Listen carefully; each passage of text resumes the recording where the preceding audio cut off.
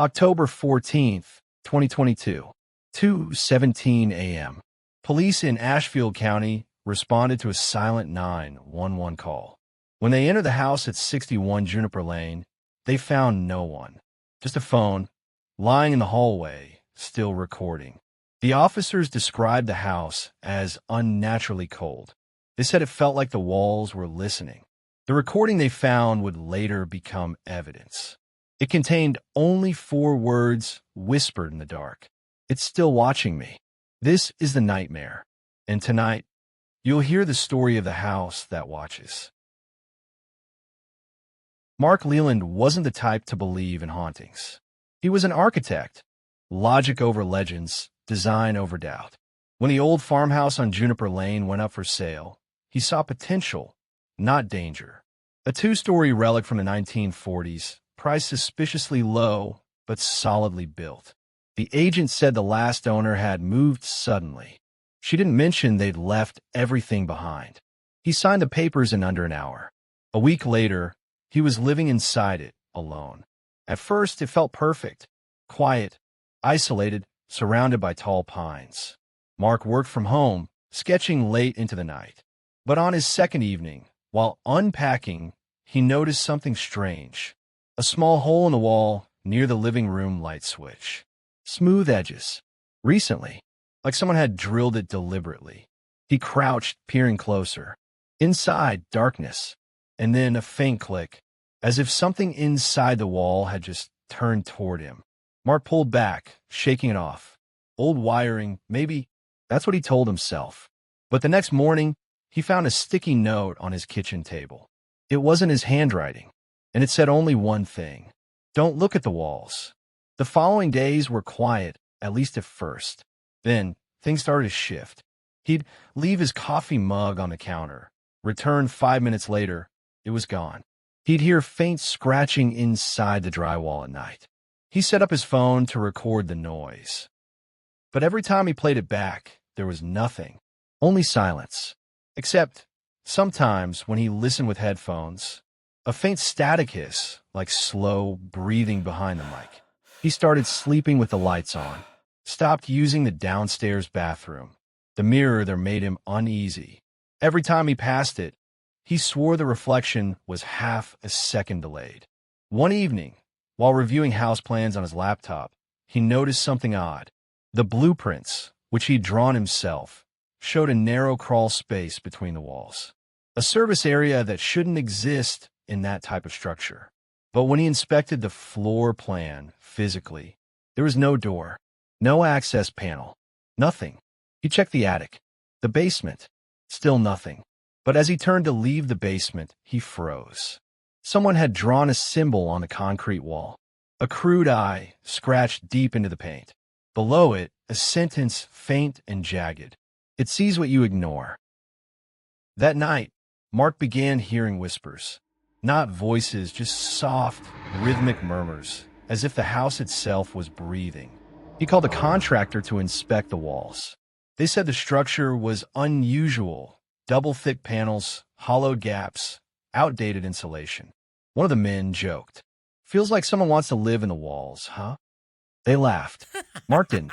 After they left, he found fresh dust under the vent grates, as if something or someone had recently crawled through them. He tried to sleep in the guest room upstairs. But at 3:11 a.m., he woke up to the sound of tapping. Slow, steady, coming from inside the wall beside his bed.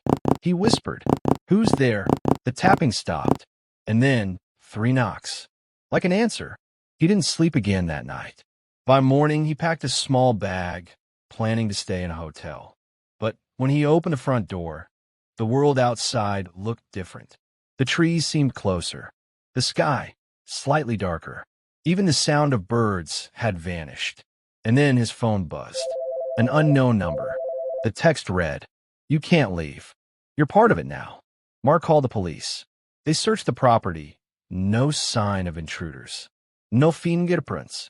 No footprints. They left a warning. It's an old place. Could be pests.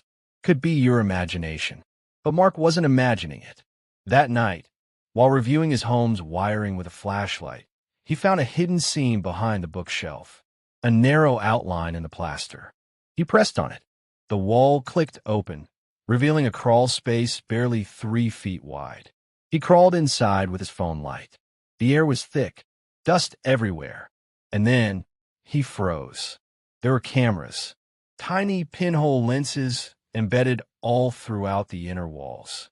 Each one pointed into a different room. They weren't connected to any modern system, just a tangled mess of wires leading into darkness. And then he saw it. At the far end of the crawl space, a small monitor flickering faintly. It showed the living room. Live feed. He was in the walls, watching himself. He turned to crawl back and saw a handprint on the inside wall. Fresh, still wet. Mark sealed the crawl space behind him and poured whiskey straight from the bottle. He tried to rationalize it. Old surveillance from previous owners? Some deranged voyeur's project? But the house felt alive. Every time he moved, the floor creaked. Not under his feet, but in the next room. He stopped eating, stopped sleeping. He started talking to himself just to fill the silence. And sometimes he swore the silence talked back. Faint whisper, keep looking. On the 5th night, he decided to destroy the cameras. He tore open the drywall. Behind one section, he found photographs. Hundreds of them. Every previous tenant, sitting, standing, sleeping. Each picture taken from inside the house. And the most recent photo was of him, taken last night, while he slept. Mark snapped. He grabbed a crowbar and smashed through the hallway panels, following the cables. They led to the basement, behind the concrete I symbol. He struck the wall again and again until the cement gave way, revealing another hidden door. He opened it. Inside a small room, maybe 6 by 6. No windows, no light, just a chair, a camera stand, and a mattress. The sheets were still warm. On the floor, dozens of empty food cans, cigarette butts, and Polaroids. All of him.